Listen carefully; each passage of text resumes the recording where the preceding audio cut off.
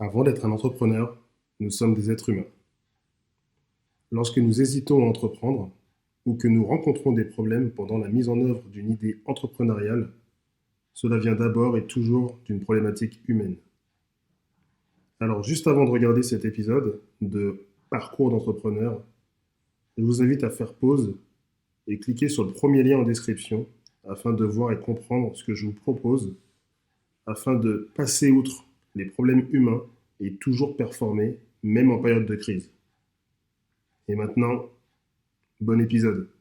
Ok, bonjour et bienvenue de nouveau de retour sur Parcours d'entrepreneur. Aujourd'hui, je suis en compagnie d'un homme qui a une vie exceptionnelle également, voilà, il est entrepreneur, mais voilà, comme d'hab, je le dis à chaque fois, les entrepreneurs, c'est juste des histoires et des parcours de dingue. Donc aujourd'hui, je suis en compagnie de Pierre Lambert. Je ne vais pas vous dire ce qu'il fait. Certains le connaissent certainement déjà. Ils ont vu sur la vignette, ils ont dû cliquer vite, vite, vite. Et ils ont raison parce que, ben voilà, Pierre, merci d'être là. Franchement, ça me fait plaisir. Avec plaisir, avec plaisir. Présente-toi, dis-nous qui tu es et surtout ce que tu fais. Et Bah, moi, Pierre Lambert, voilà, j'ai 3 restaurants sur la banlieue parisienne. Un ramen à Levallois, un bistrot gastro à Courbevoie et un tapas à Agnières. Et bientôt, si je touche du bois, peut-être un futur food truck en banlieue parisienne. Mais bon, j'attends le projet. J'ai 40 ans et moi, ça va faire une dizaine d'années que je me suis lancé dans l'aventure d'être patron, quoi. d'accord. Et du coup, à partir, je fais toujours la même blague, donc au bout d'un moment, c'est fatigant, mais depuis le CM2, tu as fait quoi? Et puis CM2, que des conneries à l'école. Non, non, mais je suis allé jusqu'à loin, non, jusqu'en troisième. Et après, je voulais faire. Ouais, c'est bien déjà, mais j'ai quand même eu le BEPC. Non, non, et je voulais. Ouais, mon rêve, c'était de devenir restaurateur, donc cuisinier, Ah oui, avoir donc mon propre restaurant. Ouais, c'est depuis que je ça. suis petit. D'accord. Depuis que je suis petit. Et puis voilà, chose faite. Donc j'ai bourlingué un peu partout. J'ai fait CAP cuisine, BEP pâtisserie, bac pro cuisine. Et après, ouais, j'ai bourlingué un peu à droite à gauche, j'ai fait Club Med pour faire la fête. J'aurais pu être DJ, hein. Écoute, la vérité. Non, non, et puis après, bah, je suis revenu. Après, j'ai fait des grosses boîtes comme l'Avenue ou quoi que ce soit, mais plus pour voilà, une stabilité financière. Et en regardant les reportages à la télé, je me suis dit, putain, mais en fait, c'est ça mon métier.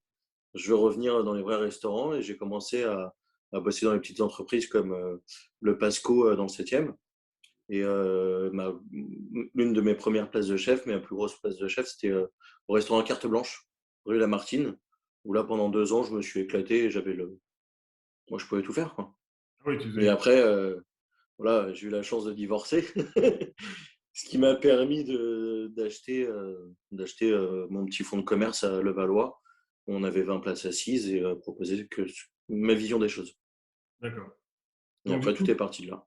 mais alors, du coup, quand tu as eu tes 20 places assises, tu avais déjà dans ta tête le concept du restaurant ou- Ouais, moi, c'était faire ce que je voulais, pas de menu. On choisit juste le nombre de plats et après, c'était vraiment les allergies. Et je m'éclate à faire ce que je veux. En fait, j'aime pas cette contrainte où on te dit de faire ci ou ça. Moi, j'aime, tu me laisses faire. Tu viens au restaurant, c'est comme quand tu vas au cinéma, tu vois peut-être des fois les bandes annonces, mais tu veux pas savoir la fin du film. Tu veux au fur et à mesure, on n'aime pas. Il n'y a pas de demi-mesure, quoi. Pour moi, il n'y a pas de demi-mesure. Donc, du coup, tu as toujours ce concept-là ou tu t'es adapté? Toujours, toujours, ouais. Ouais. Bah, sur le bistrot, ouais, sur le gastro, ouais. Ouais. Après, sur le ramen et le tapas, on laisse choisir les gens. Mais après, on n'est pas du tout sur les mêmes cuisines. Sur le tapas, on est vraiment sur la cuisine de partage. Et le ramen, bah voilà, c'est les soupes de nouilles japonaises, parce que je suis friand du Japon. Et pour moi, c'était hors de question. Je comprenais pas pourquoi il n'y a pas de ramen en banlieue. Encore. Je touche du bois, mais pour l'instant, je suis le premier. Mais alors, Je du crois. coup, ouais, donc, du coup, comment t'as eu cette culture finalement et cette sensibilité au Japon? T'es parti là-bas un petit peu? Non, même pas. Non, non, en fait, non, je sais pas, j'ai toujours aimé c'est à force d'aller au restaurant avec ma mère. Je pense que ouais, mes parents m'emmenaient souvent au restaurant, que ça soit la cuisine chinoise, asiate. À chaque fois, mon frère faisait du hockey sur glace, nous on se baladait dans les supermarchés, dans les centres commerciaux, pardon, et on mangeait. Ouais, pour moi, c'était de la street food, quoi. Mais les petits nems à emporter, les bouchées vapeur. Puis après, j'ai rencontré J'ai rencontré ouais, les sushiman et puis voilà, la pureté du poisson, quoi. Et t'as appris cette. Bah, j'ai appris après avec les bouquins, aller à droite à gauche, les émissions de télé, mais beaucoup dans les bouquins quand même. Ok. Et après, selon mon goût et les souvenirs d'enfance. Donc, c'est-à-dire que tu as un palais très développé. Je veux dire, tu as une capacité de Bah, reconnaître un petit peu. ça se travaille. Je le travaille, quoi. Tous les jours, je goûte, comme le vin, c'est comme ceux qui goûtent le vin. Je suis toujours à la recherche du produit qui fera la différence et j'aime quand ça peps. Il faut que ça peps dans l'assiette. Non, mais parce que je te dis ça, parce que personnellement, je te jure que je mange tous les jours et j'ai pas le palais le plus, tu vois, le plus affûté de la terre. Alors que tu parlais tout à l'heure de DJ, la musique, ça me parle différemment. Tu vois, je me dis qu'il y a peut-être un petit talent quand même ou un- Ouais, bah après, je pense que tu reconnais les goûts à force. Euh, ouais, après, ouais, l'oreille, peut-être que tu fais plus attention parce que c'est plus ton truc. Ouais. Je sais pas. Sur les goûts, ouais, je sais pas. En fait, comme je fais que ça, je sais, je sais rien faire d'autre. Oui, ok. Et au niveau de l'odeur, est-ce que par rapport à ce que tu sens, est-ce que tu as l'impression d'être aussi affûté au niveau de l'odorat? Ouais, il y a des trucs, ouais. Bon, après, j'ai eu le Covid, donc j'ai perdu. Donc, c'était un peu le bordel, quoi, que je trouvais ça vachement intéressant. Parce qu'en fait, tu avais des textures. Des fois, je mangeais le Nutella. Tu avais des textures. Tu sais que c'est du Nutella, tu as la texture, mais t'as pas le goût. Ah ouais. Et en fait, je travaillais juste pour me dire, et puis à la fin, je te dis, merde, c'est plat, il n'y a pas de goût, il n'y a pas ce côté noisette. Et c'était vachement intéressant en bouche. Non, en fait, je pense que ouais, c'est un travail quotidien. Et c'est comme ça que tu t'améliores. C'est plus sur le travail. Et du fait de savoir mélanger, parce que souvent les chefs, ils ont cette force-là, et bon, je te connais un peu, sinon je ne serais pas là en train de discuter aussi, mais Ouais. cette force de pouvoir te dire, tiens, en mélangeant tel liquide, bon, on va pas faire de la pub pour l'alcool, mais en tout cas, tel liquide avec tel plat, ça rapporte, tu vois, ça amène un goût supérieur, etc. Je t'avoue, moi personnellement, quand on me conseille, j'écoute, je goûte, voilà, je prends mon pied, mais j'ai pas j'ai pas la capacité de me dire, tiens, ouais, là, c'est beaucoup mieux. C'est dommage avec le blanc, il est trop sec, trop fruité, trop machin. Tu vois, j'ai pas ce truc-là. Mais toi, visiblement, Bah, sur certains trucs, sur certains accords, des fois, c'est compliqué. Parce que tu as t'as la vision de la personne qui est en face. Donc, soit on rentre dans son jeu et puis voilà, on peut avoir vraiment l'accord parfait. Et après, c'est subjectif, c'est comme tout. C'est par exemple, il y a des plats, pareil, c'est quand on va créer un plat. Pour moi, des fois, quand je crée un plat, pour moi, il est parfait. Et tu as quelqu'un qui va se dire, ouais, mais il y a ça qui manque. Mais moi, dans la vision de la chose et dans mon goût, pour moi, le plat ne manque de rien. Et pareil pour les vins, quand tu fais les accords. Euh, c'est savoir aussi écouter, se remettre en question. C'est pour ça qu'on avance aussi et d'aller au plus loin et de comprendre les réflexions quand c'est construit. Quand des fois c'est les critiques qui servent à rien, c'est pas intéressant. Après le palais, ouais, le palais, c'est pour moi c'est quelque chose qu'on devrait apprendre depuis la maternelle, parce que c'est important pour les enfants, pour éviter qu'ils bouffent de la merde. Même si je mange au McDo et j'adore ça, hein, je vais pas le cacher. Là, j'ai peut-être fait de pub, plus, mais il y a, il y a des choses que ouais, on a besoin de savoir et moi je pense que s'il y avait une éducation du goût et de l'odorat à l'école, pas forcément goûter les vins ou quoi que ce soit, mais c'est vachement important parce que ça développe, c'est quand on est petit qu'on développe tout ça. Mais des fois, quand tu te promènes dans la rue, tu sens, tu sais, tu as une odeur d'acacia, un truc comme ça. Et, et, et ça te refait retravailler ta mémoire en fait. ok. Mais alors, du coup, tu as monté ton premier. Alors, si je dis pas de bêtises, c'était l'audacieux. C'était l'audacieux, ouais, à D'accord. Levallois. Le Valois, celui que tu appelles le ramen aujourd'hui. Voilà, que j'avais transformé en izakaya et puis maintenant en ramen. Ok. Et alors, qu'est-ce qui t'a motivé finalement à te dire, ça me suffit pas, je veux un deuxième resto, et finalement, je veux un troisième resto. Bah non, en fait, bah c'est des opportunités qui sont arrivées. C'est le ramen l'audacieux marchait très bien. Ouais. C'était soit je vendais pour en acheter un autre, ou soit je le gardais et puis j'ouvrais une deuxième affaire. Et puis j'ai eu mon ancien un ami de la famille qui vendait le restaurant de mon enfance. Donc j'allais tout le temps manger avec mes parents. Ou d'ailleurs mon premier maître d'apprentissage, celui qui m'a tout appris, il l'avait avant Monsieur Faucheux. Avant ce mec-là, et puis il m'a dit, et à chaque fois que j'allais le voir, je lui disais le jour où tu vends, j'achète, le jour où tu vends, j'achète. Et un jour, il m'appelle, il me dit, je vends. Je dis, c'est con, j'ai pas d'argent, mais j'achète. Et, euh, et j'ai eu de la chance parce que la banque a suivi. La banque a suivi. Donc, ouais, c'est le deuxième resto où on s'est foiré complètement à l'ouverture, hein, je tiens à le dire. Parce que, un, c'est facile, deux, c'est plus difficile. Maintenant, on a trouvé notre petit chemin tracé. Il y a toujours à persister pour arriver à la qualité.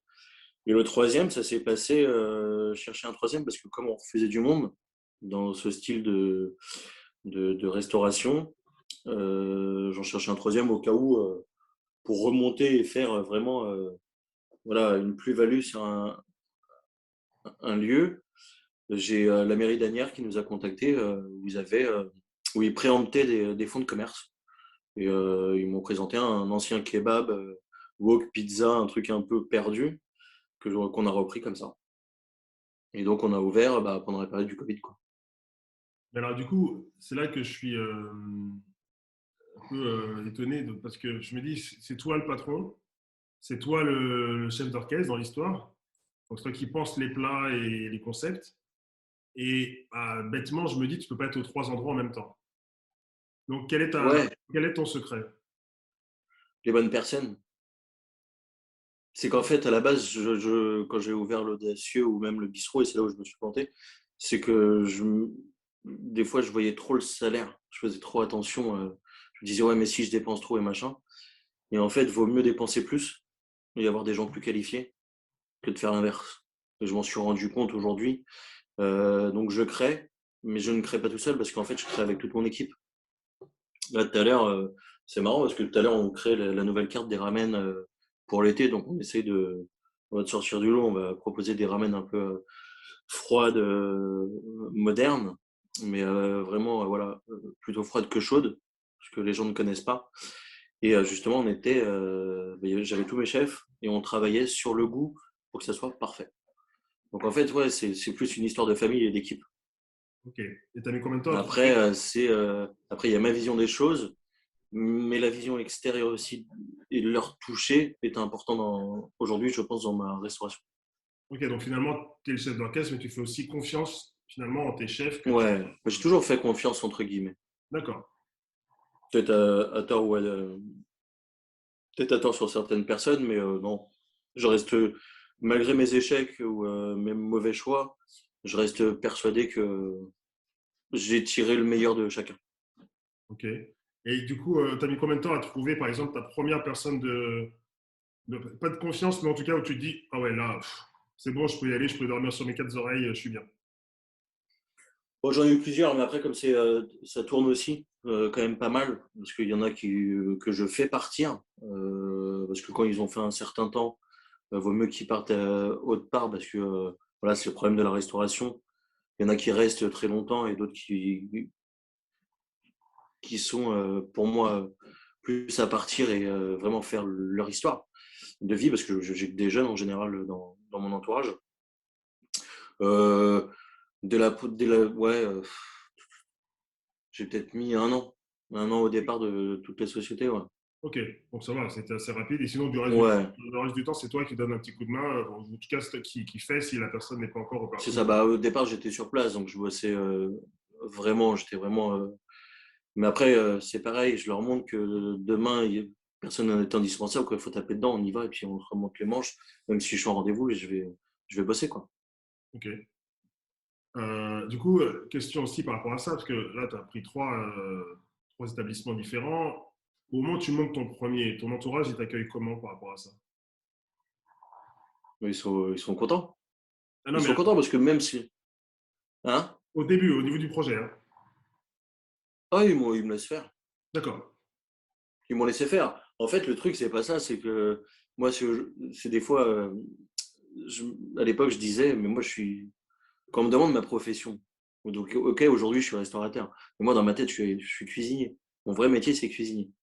Je suis devenu, à force d'avoir monté mon business, restaurateur, patron, gérant. Mais en fait, j'y connaissais rien. Et j'y connais toujours rien. Non, mais il y a des choses, tu sais. Après, c'est l'instinct. C'est l'instinct.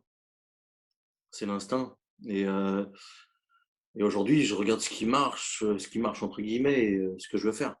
Moi, mon idéal, c'est d'en avoir 5. Ok. Et Moi, je ça, veux un kebab, je veux un ramen, je veux un bistrot, je veux un gastro et une pizza. Mais je veux que ça soit toujours dans ma vision et, et sur un truc que personne n'a fait encore. et est-ce que parce que bon, les cuisiniers, les chefs, euh, bah, souvent ils sont ouais, à la recherche un peu de la note ou en tout cas de l'étoile. Est-ce que c'est quelque chose qui t'intéresse? Bien sûr. Si je dis non, ça serait mentir. Bien sûr, j'aimerais avoir une étoile au Michelin. Après, je pense que je me donne pas forcément les moyens. Euh, je pense que culinairement parlant, je la mérite. Après, je me donne pas forcément les moyens de l'avoir. Alors, c'est ça qui m'intéresse parce que, pour être honnête, évidemment, si si je t'interview, c'est que j'ai goûté ta cuisine. Et oui, j'ai pris une claque parce que même si j'ai pas le palais de Pierre Lambert, je sais faire une distinction entre quelque chose et quelque chose. Donc, objectivement, le quelque chose, je ne sais pas s'il a sa place au Michelin parce que là, pour le coup, je suis pas juge. Mais alors, qu'est-ce qui manque selon toi? Alors, pas par rapport à ton travail, hein, mais qu'est-ce qui fait qu'à un moment donné, tu as l'étoile et que, alors que toi, ton repas est très bon, eh ben, tu ne l'as pas. Je pense les codes Michelin. Moi, j'arrive comme ça avec la casquette à l'arrache et je cuisine comme je le sens. J'ai pas les codes forcément carrés comme le Michelin. Moi, un petit ma femme dit toujours, c'est dans le petit détail qu'on fait les grandes choses. Oui. Et moi, le petit détail, je laisse de côté. Et c'est ça. Je pense que ma faiblesse, elle est là. Donc, c'est-à-dire que le détail, tu vas le mettre dans la. Parce que tu parlais avec tes chefs, etc. Moi, c'est voilà, il faut que pour moi, c'est l'assiette. Ok. Moi, je pense qu'aujourd'hui, moi, mon rêve, ça serait de manger la meilleure poule au pot au cul du camion. Après que ça soit au milieu de la rue ou quoi que ce soit, je m'en fous. Moi, si c'est la mama qui fait ça, la vraie poule au pot, et que c'est le meilleur plat du monde, on s'en fout du détail. C'est ça pour moi, ce qui vaut les étoiles. C'est la vraie cuisinière qui met tout son cœur ou le cuisinier. Hmm. Mais alors, du coup, les personnes que tu embauches, j'imagine, elles sont un peu à ton image. C'est-à-dire, elles sont peut-être aussi en mode ah, cool, on est détente, on fait un peu ce qu'on aime. Ou alors, tu as des mecs, c'est un Non, on est tous à peu près dans le même état d'esprit. Moi, j'ai pas, voilà, j'essaye d'avoir. En fait, c'est vraiment une famille. On a des engueulades, des coups de gueule, des coups de pression, puis on a des rires, des blagues, le petit apéro. Non, non, c'est vraiment, voilà. Je veux qu'ils se sentent bien, je veux me sentir bien avec eux. Quand on a quelque chose, on se le dit. Bon, des fois, on n'utilise pas forcément les bons mots et puis ça peut, voilà. Mais non, non, on essaye vraiment d'être soudés. D'accord. Donc, finalement, même si tu aimerais avoir l'étoile, de par ton fonctionnement et de par le fait que si tu te mets dans les codes, tu sortirais finalement de qui tu es vraiment. Parce que C'est ça. je m'accorde à dire tout le temps qu'avant d'être un entrepreneur ou un restaurateur, tu es un être humain. Si à un moment donné, tu es obligé de porter un masque et de dire, bon, bah, je vais mettre pile poil pour rentrer dans les rangs, bon, ton étoile, tu la gardes une semaine, quoi, parce que ça va vite te gaver d'être. Mais moi, le pire, le plus drôle, c'est une fois, j'avais eu une critique comme ça. J'avais mis sur Facebook. C'est une dame qui me dit, bon, elle avait tout détesté, hein. Et elle marque, et le comble du comble, c'est le chef qui boit une bière pendant le service. Ouais. Et j'avais répondu, mais t'es chez Pierre Lambert, quoi. S'il boit pas sa bière, il ne pourra pas faire le travail sans faire de trucs. Non, mais voilà, après, c'est ces choses-là, en fait. Je pense que Ouais. c'est ça qui choque un petit peu. Mais après, voilà, en plus, ce jour-là, pour moi, le service était impeccable. Mais non, voilà, c'est, ouais, je suis comme ça. Ok, non, Et mais c'est vrai, et je préfère, ouais, et je voudrais que les gens me jugent sur le travail comme je le fais et pas forcément rentrer, ouais, dans cette classe ou cette catégorie. non, mais c'est parfait. Parce que moi, c'est ce qui m'a plu aussi en allant dans tes restos, voilà, l'état d'esprit, le fonctionnement, le côté convivial. Bon, voilà, c'est ce qui fait la différence. Après, ok. Alors, du coup, sur l'ensemble, voilà, tu as 3 restaurants. Est-ce que tu as, avant la période du Covid, est-ce que tu as eu un moment de solitude ou un gros challenge, un moment très dur à vivre dans ton parcours d'entrepreneur? Ouais, ouais. En fait, dès qu'on a ouvert le bistrot, comme on s'est cassé un peu la gueule, financièrement, c'était un peu compliqué. Euh, Parce que trop de masse salariale, j'étais pas assez présent. j'étais pas assez présent. Et j'ai vu la pente raide, quoi, vraiment très raide. J'ai cru qu'on n'allait pas s'en sortir. Donc j'ai eu de la chance aussi que ma mère m'a aidé financièrement Ok. pour remonter la barre. Et aujourd'hui, voilà, on est bien. Après, on n'est pas, on remonte la pente tout doucement. Mais après, voilà, c'est des erreurs qu'on fait plus, mais c'était plus sur le bistrot et l'audacieux, comme c'est la même société. Mhm. Donc c'est là où c'était un petit peu plus compliqué. Et comme j'étais moins présent à l'audacieux à l'époque, la clientèle m'avait j'avais perdu. Je me suis mangé tout seul en fait. Toute ma clientèle de banlieue que j'avais à la base à Levallois venait manger au bistrot et puis à l'audacieux. Ah, il te suivait. Ouais, ils me suivaient. Et donc c'est là où ça a été un peu compliqué. C'est pour ça que j'ai changé de destination, que j'ai fait un izakaya, un bar à tapas japonais, et après donc les ramen. Pour avoir voilà vraiment trois pôles différents. Pour Et avoir c'est là où je me suis rendu compte que malgré, parce qu'on n'est quand même pas à côté, on est deux communes, loin mais pas si loin que ça, mais voilà, les gens, mon frère me disait toujours, je préfère aller au bistrot, c'est moins cher et meilleur. Hmm. Mais moi je le voyais pas, à l'époque je le voyais pas dans ce sens-là. Bah, c'est vrai que l'audacieux, ce qui a fait l'audacieux, c'était aussi toi. C'est ça. Et Et quand j'étais plus là, c'était plus la même chose. bah ouais. Parce que c'est ce que je me dis tout le temps, lorsque je propose aux gens que j'accompagne, c'est qu'en réalité, tu vibres quelque chose. Tu vois, tu as, t'as ce que j'appelle Mm. une luminosité, une clarté, une présence, une vibration. Et donc ça génère l'ambiance. Et donc finalement, en effet, si t'es pas là, même si la personne qui fait finalement le repas, il va le faire pile poil, nickel, tout ce que tu veux, il va avoir son aura à lui. Et bah, l'ambiance, ça va plus être la même. Ce qui fait que les gens vont venir, Mm. ils vont peut-être manger, ils vont peut-être payer le même prix et il n'y aura pas l'ambiance. Et donc, du coup, le prix, il n'est plus le même dans leur tête. Tu vois C'est ça, c'est là où il y a des difficultés quand tu les multiplies. Ok. Et du coup, quand tu as ouvert le dernier, que tu as appelé, j'ai oublié, excuse-moi le nom. Le Audace by Pierre Lambert. Audace Tapas by Pierre Lambert. Ok. En fait, j'y étais moins. Ah, donc, dès le départ, Donc, il en y fait, c'est pas j'y vais de temps en temps et je dis très peu que je suis le patron-chef. Hmm. Je laisse plutôt mes gars qui sont en place faire vraiment tout le travail. Parce que moi, j'y suis, voilà, c'est la petite cerise sur le gâteau quand j'y passe et je dis bonjour. Mais j'évite, entre guillemets. Je laisse mes gars gérer comme ils sentent le service ou quoi que ce soit. Ouais, Même quand j'y suis là-bas, j'essaye d'être vraiment à l'écart et de les laisser faire. ouais, donc, tu vas Parce pour. qu'ils ont leur organisation, ce sont mes plats, ça sort pratiquement comme moi je veux, donc il y a pas de. C'est là où c'est cool. Mais j'ai les bons gars en place. D'accord. Et du J'ai les coup, très là, bons gars en place. et donc là, pardon, au-delà du Covid ou quoi et des challenges dont tu as parlé, est-ce qu'il y a des parties au quotidien excuse-moi, les parties au quotidien que tu considères un peu, j'ai envie de dire, difficile ou challenging, tu vois, vraiment au quotidien, quoi. Quelque chose où tu te dis, bon, je sais que là, Ouais, c'est créé. En fait, c'est créer en fait. Le temps de créer. Alors je sais qu'à un moment tu faisais des trucs où on avait une discussion où tu coachais le temps. hmm, On peut forcément on a peut-être le temps, mais on ne l'utilise pas correctement. oui, Et en fait, aujourd'hui, je m'aperçois, là, j'ai fermé le bistrot là, pendant 2, 3 semaines et je fais que créer. Je d'accord, veux créer. Et le plus dur, quand on est ouvert ou quoi que ce soit, c'est de créer, d'avoir le temps de créer, même avec tes collaborateurs. C'est ce temps-là qui nous manque. Ou peut-être l'envie et la pratique. C'est comment. Moi, ce que je veux, c'est rechercher le au plus loin, retirer ce qui est faisable et pas faisable avec les moyens qu'on a, donc nos employés qu'il y a derrière ou devant, voir si c'est réalisable et si on peut l'envoyer sur 40 ou 50 personnes.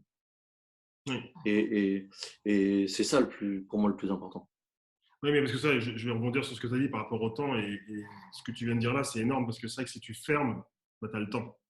Parce qu'en Ouais, réalité, même si tu te dis, allez, vas-y, on finit à cette heure-là et après on fait ça, en réalité, tu n'as pas vraiment le temps parce que le lendemain, tu dois réouvrir. Donc, tu n'auras jamais l'esprit disponible vraiment pour avoir commencé à une ébauche d'idée ou quelque chose dormir dessus, revenir, retravailler, rien faire peut-être, aller sortir tes enfants, jouer, faire ta vie, machin, C'est revenir, ça. avoir le déclic et dire ça y est, j'ai un truc, excusez-moi, j'arrête tout, hop, je pose mes idées, je les pose, j'essaye, je teste, je goûte. Et après, tu ramènes tes potes, tu leur dis, bon, voilà. Et en fait, le temps, c'est un concept impressionnant, mais le jour où j'ai compris ça, ça a été un déclic monstrueux parce qu'en réalité, quand tu as besoin de créer, parce que je suis très créatif également, bah, des fois, tu as besoin de prendre une douche, tu as besoin de prendre deux douches, tu as besoin de te balader dans la montagne, tu as besoin de marcher dans la ville. C'est ça. Et puis, c'est pas juste en te mettant devant ta feuille blanche ou devant tes plats que tu vas créer. Quoi. Et donc, Ouais, et puis le moment où tu as du temps pour créer, tu n'as pas l'idée à ça. Tu n'as pas la tête à ça. Tu te exactement. dis, pouah, je le ferai demain. Oui, parce que t'as beau te mettre devant, t'as rien. Et en fait, l'idée, elle vient. Moi, ça m'est déjà arrivé d'être, je dois y aller et j'ai l'idée. Je dis merde. Alors, des fois, je prends mon téléphone, je le mets dans le dictaphone ou je le tape vite fait ou j'écris vite fait. Et puis d'un coup, le vite fait, il devient. Tu sais, c'est comme si tu avais quelque chose ou quelqu'un qui te parle à l'oreille là et puis tu as tout écrit qui vient, qui vient, qui vient. Et bien, tu es en retard. Mais au moins, tu as C'est posé ça. une idée. Et tu peux y aller, et puis tu appelles ton pote ou ta personne qui t'attend, tu es en retard, mais au moins tu as ton idée, quand tu reviens, tu l'as pas oublié. Parce que j'ai fait l'erreur des fois de me dire, oh, je m'en souviendrai. Oh, fin de l'histoire. Bah, je fais pareil. Moi, je note pas les recettes. Puis des fois, quand je dis putain, ouais, c'était bien, hein. Ah, bah, j'ai pas la recette. Je savais le faire, mais des fois, tu oublies. Eh ben oui. Moi, j'ai aussi. Ah, ben oui, c'est ça. Non, mais j'oublie. Et des fois, je fais putain, on est con. On note pas le truc, on n'a pas le. C'est Et ça. c'est ça, en fait, on a. Et sur le moment, tu la crées, tu vas la faire pendant 2 semaines. Mais c'est pour ça aussi que je change ma carte toutes les 2 semaines. Parce que je ne sais pas faire deux fois les. En général, je sais pas faire deux fois les mêmes choses. Ça, c'est jamais pareil. Mais ça, c'est créatif, parce que je me permets, j'ai donné des cours de danse pendant des années, et j'avais un problème, c'est que je me rappelais jamais de mes chorés. Et du coup, c'était un truc de ouf. Donc, je créais mon truc sur le moment. Les gens, ils disaient, ouais, t'es un mortel et tout, machin. La semaine d'après, je leur disais, alors, c'était quoi la Corée pour faire genre, est-ce que vous avez travaillé pendant la semaine où on s'est pas vu? Parce que je m'en souvenais pas. Et puis à la fin j'avais la bonne vieille méthode. J'ai acheté une caméra parce qu'il n'y avait pas encore les téléphones portables qui filmaient tout nickel. Et puis je filmais parce que je savais que j'allais pas me rappeler de la Corée. Ben, c'est ça, hein. C'est compliqué, hein. Ah, c'est sûr. Ah, c'est Pourtant, compliqué. j'ai une bonne pour beaucoup de choses, j'ai une bonne mémoire, mais pour des fois, pour les recettes ou les trucs, hop, hop, hop. Ok. Faut que alors maintenant, je note. Eh ben oui, parce qu'au bout d'un moment, Mais après, faut pas perdre les papiers. c'est pour ça que j'utilise le téléphone. Parce que l'avantage, c'est qu'au moins après, tu le synchronises, tu trouves un truc. Mais ouais, c'est sûr. Oui. Non, mais c'est ça. Bon, ok, bah, les créatifs, ils sont les mêmes. C'est bien, ça fait plaisir. Alors, du coup, bah, ok, donc tu as monté tout ça, tu étais bien. La situation a changé évidemment en 2020 avec notre ami Covid.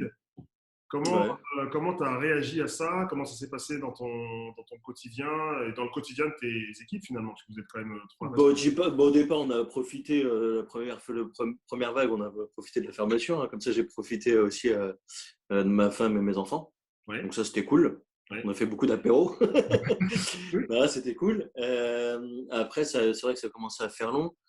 En fait, le plus dur, c'est qu'on a repris et qu'ils nous ont refermé derrière. Ouais, c'est ça. En fait, c'était le mental. Le mental.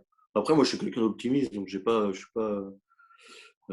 pas plus effrayé que ça. Et je remercie aussi, parce que tout le monde, il y a eu beaucoup de critiques, je remercie l'État français qui nous a aidés, qui Mhm. nous a filé, qui nous file le fonds de solidarité. Au départ, je sais que c'était compliqué, mais bon, ils ne connaissaient pas la situation. On a eu le PGE qui m'a sauvé aussi la vie et qui me sauve encore toujours la vie. Parce que le fonds de solidarité, ça fait pas tout ça. Mais c'était hors de question que je fasse du vue emporter au départ. Ah oui. Le premier confinement, ouais, en fait, je me voyais pas là-dedans. Et donc, on l'a fait au deuxième. Je me suis dit, tiens, on va se bouger, on va faire, on va essayer. Et je me suis éclaté, en fait. Parce que, justement, on a créé des plats qui aujourd'hui sont des signatures du ramen ou de l'audace, et peut-être même du bistrot. On a créé des plats, et même quand je vois les autres chefs, putain, c'est magique. Il y a de la street food qui est sortie. Moi, j'adore ce truc-là, ce concept. Putain, les mecs sont forts. Ils sont forts. Et des belles choses. Et en fait, on réapprend à retravailler sur des nouveautés. Ou des plats qu'on avait, qu'on remet en modernité pour manger en street food. Ça, c'est génial. Donc, c'est ça qui me motive aujourd'hui. Bon, là, ça commence à faire un peu trop long pour moi. Donc là, voilà, je me focalise que sur la réouverture et les essais au bistrot. Sur les deux autres pôles, on ouvre pour faire une carte à emporter. Ok. Donc voilà, là, je les laisse vraiment gérer, à part ce matin, là, les nouveaux ramen. Mais ouais, non, c'est cool. Moi, je trouve ça cool. Donc, tu arrives quand même Parce à que te. c'est une nouvelle vision de la restauration. Ok. Donc, ce que je disais, c'est que tu arrives quand même à te remettre en question tout le temps sur les trois restos. Ouais. Faut avoir un cerveau, quoi. Je veux dire, tu as trois concepts différents. Il y en a, ils ont un resto, ils pleurent. Tu as trois restos, tu remercies l'État. Enfin, tu vois ce que je veux dire, l'état d'esprit dans lequel tu es, il est quand même nettement. Ouais, parce qu'aujourd'hui, de toute façon, il faut avancer, il faut vivre avec. Maintenant, et je sais que quand on va rouvrir, les gens ils vont tellement vouloir manger au restaurant que je ne veux pas me planter. Je ne veux pas faire sur le même mec qui n'a pas bossé. Hmm. Donc, et je préfère perdre mon temps aujourd'hui avec le temps qu'on a à créer, à rechercher, à trouver de nouvelles saveurs, de nouvelles textures, essayer la cuisine moléculaire euh, et pousser au plus loin. Et je suis sur aussi le projet d'ouvrir le food truck. Oui, puisque du coup, tu as kiffé j'ai envie de dire, Bah c'est food. ouais, et puis moi j'ai toujours voulu ça. Moi, avec moi, j'aurais des food trucks partout. Bon après là, c'est trouver vraiment des gens compétents à mettre dedans. Oui, parce que là, pour le coup, ça peut être vite Ouais, un. puis je sais, j'achète un food truck, mais je sais pas ce que je vais faire dedans encore. On le Oui, saura la veille. oui, exactement. La veille. Bon, alors, j'ai des chips. J'ai que ça pour l'instant. Non, non, mais je veux un truc que les gens se disent, putain, je m'y attendais pas. D'accord. Ok. Non, mais c'est impressionnant. Parce que l'état d'esprit dans lequel tu es, parce que moi, de plus, moi, c'est l'être humain qui m'intéresse dans tout ça. Effectivement, ton parcours et ce que tu fais, c'est génial. Mais c'est avec la manière dont tu vois les choses, fait la diversité que tu proposes, quoi. Ouais, non, et puis non, le seul truc, le vrai truc qui m'embête, c'est Ouais. quoi? C'est que, en fait, là, ouais, je commence à aimer à vivre normalement comme les autres personnes. Je suis là le soir, j'ai ma femme, mon fils, Ouais. donc je l'ai vu grandir aussi parce que voilà, il y a 2 ans, le petit bout. Ouais. Et en fait, le plus dur, c'est quand je vais reprendre. Mais oui. C'est ça le plus dur. Donc je serai au taquet parce que voilà, bon, faut rembourser le PG. Non, non, mais je serai au taquet parce que aussi c'est pour ça que je fais ce métier-là parce que j'ai envie de vivre le soir avec les gens ou quoi que ce soit. Et c'est là où ça va être le plus dur. Oui. Pour moi, c'est là où ça va être le plus dur. C'est pas l'épuisement ou quoi que ce soit. C'est ouais, de le remettre de côté, entre guillemets, la famille, quoi. Ah oui. Ah oui, c'est sûr que, parce que là, pour le coup, trois restos, la gestion de tout ça, la prise de conscience, la prise de tête, tu peux moins C'est être ça. dedans. Parce que du Ouais. coup, comment tu gères tes jours de repos pour pouvoir être quand même. Ah, je déconnecte entièrement. Moi, je suis là en famille le samedi matin, dimanche, lundi. Le samedi, quand il n'y a pas gros de taf, euh, ça se passe très bien. Ça se passe très bien. Et le lundi, quand ils vont travailler, de toute façon, Séverine, elle bosse le lundi et Léon, il est à la nounou ou à la crèche. Hmm. Moi, le lundi, je prépare tranquillement au bistrot des petites recettes de droite à gauche et ouais, je le fais sans me prendre la tête.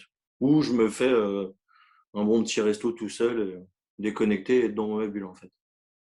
D'accord. Et est-ce que du coup, tu regardes ou tu te tiens au courant, est-ce que tu es dans ce qu'on appelle la veille, je sais pas dire foodologique, la veille technologique, la veille de comment est-ce que tu observes les autres chefs comme toi, ou est-ce que c'est pas du tout quelque chose qui t'intéresse? Si, si, moi, en fait, j'aime bien aller manger à droite à gauche, Ouais. voir, voir ce qu'ils pondent, voir les nouveaux mecs qui sortent et qui font une cuisine magnifique ou même, ouais, ça m'intéresse toujours. D'accord. Je suis fou de ça. Je suis fou de ça. C'est pour ça que le lundi, le midi, en général, moi, je vais manger tout seul soit chez des potes ou soit un resto que je connais pas forcément, juste pour découvrir, moi, faire mon avis à moi, mon propre avis et voilà. D'accord. Donc c'est quelque chose de. Ok. Donc tu es vraiment à fond, à fond, à fond. Ouais, parce qu'il faut stimuler le cerveau, parce que quand tu restes toujours tout seul que dans ton entreprise, tu tournes en rond. Mais alors du coup, c'est ça, parce que bon, tu vas me dire, c'est un peu comme la musique, etc. Mais comme je connais pas bien la créa dans la bouffe, il y a toutes sortes de choses. Il y a ceux qui vont chercher l'info à l'étranger, il y a ceux qui vont la chercher dans les vidéos, il y a ceux qui vont ci, tout ça. Mais quand toi, tu te retrouves avec l'idée, c'est parce que j'ai envie de dire quasiment tout a été fait, quoi. Réussir à réinventer quelque chose, ça devient complexe, parce qu'en plus, tu as Master Chef, Top Chef. Ouais, c'est dur aujourd'hui de vraiment créer un plat. Ouais. C'est dur. Euh, Après, on a une telle liberté que c'est peut-être d'une association, un dressage, une technique qu'on n'aurait pas pensé ou quoi que ce soit. Moi, des fois, je vois des mecs, là, des meilleurs restaurants du monde, et je me dis, mais comment ils ont l'idée? Comment ils ont le travail? Comment ils ont cette... Ouais, c'est impressionnant, impressionnant. Je sais que je serai jamais au niveau de, de ces mecs-là, c'est pas possible. Mais moi, je suis admiratif de tout le travail qui est fait et de toute l'avancée, tout l'état d'esprit qu'ils ont réussi à confédérer avec tous leurs associés, quoi. Hmm. C'est ça qui est extraordinaire. Dans notre métier, euh, c'est que malgré, si on se cache des fois un peu les recettes, on a quand même du partage, énormément de partage. Ok. Mais du coup, c'est une question complètement bidon qui me vient comme ça. Quand j'étais gamin, il y avait un dessin animé qui s'appelle Le Petit Chef. Ouais, je connais. Je kiffais. Un peu petit guillemets, d'accord. Parce que je voulais savoir si ça t'avait un peu inspiré ou pas, ou si tu Ah regardais. ouais, mais moi je me rappelle d'un épisode où justement il faisait des ramen, je crois. C'était, il devait se battre sur des ramen. Et celui qui était en face, il faisait tremper, il faisait cuire les nouilles dans l'eau la plus pure ou quoi que ce soit. Et lui, le petit chef, il avait fait une boule. Et que même le Bouddha, il avait avalé. Il s'était levé. C'était extraordinaire. Ah, moi, j'adorais. Ouais. J'adorais. Non, mais bien sûr. Mais moi, ce que je veux, c'est que quand les gens viennent, ils se disent, putain, merde, quoi. Comment il a fait? Et c'est Ah ça oui. que je veux aujourd'hui. Ouais. Moi, que t'aimes ou t'aimes pas, voilà, j'ai souvent une cuisine comme ça. Mais moi, ce que je veux, c'est qu'ils se disent, putain, comment il a fait? Pourquoi il a pensé à ça? Comment il a fait ça? Et voilà. Mais ça me rappelle la fois où j'étais venu avec des amis, tu me dis, ouais, est-ce que tu aimes les huîtres? Tu dis, ah ouais, non, ça, c'est tout ce que tu veux, mais pas les huîtres, quoi. Et tu dis, attends. Et là, tu me ramènes un truc pané, frit. Ah, la bolse huître. Ouais. Voilà. Sauf que moi, à ce moment-là, je ne peux pas l'appeler comme tu viens de le nommer, quoi. Et je goûte le bazar. Et un, ça n'a pas vraiment un goût d'huître comme ce que j'imaginais cru, là, avec du citron et ta l'huître qui. Voilà. Et puis deux, bah, toute la panure, tout le bazar qu'il y avait là-dedans, je fais, bon, ok, alors, finalement. Ah, c'est bon ça. Bien, ça peut Il être, faut que je la voilà. refasse à la carte, ça. Et c'est vrai que ça revient à ce que tu disais, comment il a fait. Alors après, bon, toutes les personnes qui s'y connaissent en bouffe savent comment on fait pour paner quelque chose. Mais personnellement, ça m'avait surpris et j'avais trouvé ça génial. Donc ça Bah colle un ouais. peu avec ce que tu dis, quoi. Ah, c'est les balls, ça. Ça, c'est ma recette. Ça. Et c'est très bon, quoi. Et du coup, ben voilà, ça touche un peu à sa fin. Ma question finale, entre guillemets, finale, hein, c'est tout ce parcours d'entrepreneur. Qu'est-ce que ça t'a appris à toi personnellement? Ouais, en fait, faut pas avoir peur d'y aller, quoi. C'est vrai qu'au départ, ça peut faire peur. Parce que je me dis, putain, dans quoi je me suis embarqué? Mais non, c'est mortel, en fait. Tu es libre de tes choix, faut trouver sa voie et avancer, quoi. D'accord. Moi, je crois que je l'ai trouvé. Puis voilà, peut-être que dans 10 ans, j'aurais tout vendu pour ouvrir une gargote au bord de la plage, cuisiner en tongs et marquer le patron est un gros connard, mais par contre, qu'est-ce que tu manges bien? Je sais pas. En fait, aujourd'hui, moi, c'est la liberté. Ok. C'est la liberté. Mais tu fais ce que toi t'aimes. Après, à faire découvrir aux autres. Ok. C'est la liberté, je crois. Et du coup, c'est un peu dans ce que tu es en train de dire, mais si tu as un message pour les entrepreneurs qui doutent encore ou les gens qui sont là et qui se disent ouais mais, oui mais, ou qui ont peut-être des enfants, parce que voilà, et qui se disent non mais je peux pas me permettre parce que, etc. etc. Est-ce que tu as quelque chose qui leur permettrait se sentir en situation de allez, j'y vais? Faut y aller. Faut foncer. C'est Ok. ça. Non, mais je pense que si on a l'idée, qu'on y croit, tous les projets sont beaux. Après selon les conjonctures ou les business plans, voilà. Moi, j'ai jamais fait de business plan. Je trouve que ça sert à rien, entre guillemets, dans ma partie. C'est quand tu y crois, tu y vas. Tu y vas. Euh, Bien sûr que c'est dur. Après, on se dit comment on va faire pour les enfants ou quoi que ce soit. Mais si voilà, déjà, je suis très bien épaulé. Bon, j'étais bien épaulé par toutes mes femmes. Mais non, non, j'ai pas. Voilà, après, de toute façon, quoi qu'il arrive, même si tu me dis non, je le fais. Il faut le faire. Voilà, moi, faut y aller. Oui, bah, Et, oui, faut pas. Ouais, faut tenter, quoi. ok. Faut tenter. Bon, c'est sûr que tu n'aurais jamais pu travailler derrière des bureaux pour faire Ah non, c'est pas des possible. tableaux Excel avec des tableaux croisés dynamiques, tout ça. Bon, déjà, ça, j'y comprends rien. Ça, c'est. Ouais, ça, ça m'intéresse pas, mais non, non. Ouais, moi, j'ai besoin du partage. Vraiment le partage. Et je pense que dans tous les métiers, tu as quand même ce partage. Moi, pourquoi j'aime la restauration, parce que tu peux mettre n'importe qui autour d'une table, que tu sois grand PDG ou quoi que ce soit, tous les gens se retrouvent. Et quand tu es autour d'une bouffe, on s'en fout du statut social. ouais. On a tous chacun son avis, chacun sa culture, chacun sa façon de faire. Et moi, c'est ça que je trouve ça, c'est international. Hmm. Oui, c'est un peu comme quand tu te retrouves dans un hôtel sur une plage en maillot de bain, tu es au même niveau que n'importe qui, quoi. C'est ça. Et tu manges, tu as faim, tu joues au beach volley en maillot, bah, tu joues au beach volley en maillot, quoi. C'est Bah, pareil. ouais. Non, mais super, merci beaucoup. Moi, ben, Bah, avec grand plaisir. je mettrai évidemment les noms de tes restaurants et les adresses et tout dans des descriptions. Et franchement, merci pour ce partage parce que c'est au top, c'est super enrichissant, super inspirant. Puis bah, c'est ce que j'aime chez toi et c'est ce que j'aime chez tout le monde évidemment, mais tu es vraiment nature. Et donc, c'est ce qui fait aussi, entre guillemets, la bonne mayonnaise quoi, dans tout ce que tu crées. C'est que voilà, il n'y a pas de faux semblant. C'est voilà, tel que tu es là, c'est comme ça qu'on nous verra dans la vraie vie aussi. Et c'est ce C'est qui. ça. Ouais, c'est ça, mais oui. Et ça, c'est génial, quoi. Donc, voilà. Donc, merci infiniment, monsieur Pierre Lambert. Et franchement, allez goûter parce que c'est là qu'ils peuvent réouvrir, là, ou si tu fais encore de l'emporter, commander. Mais en tout cas, faites-vous plaisir parce que ça vaut le détour. Vraiment, j'en parle. Avec mon palais, pas génial, je trouve ça bon. Alors, si vous avez un bon palais, imaginez. Donc, voilà. Merci beaucoup. À Bah, très c'est bientôt. moi. Et puis, Ouais, plaisir. nickel. Allez, ciao. Ciao.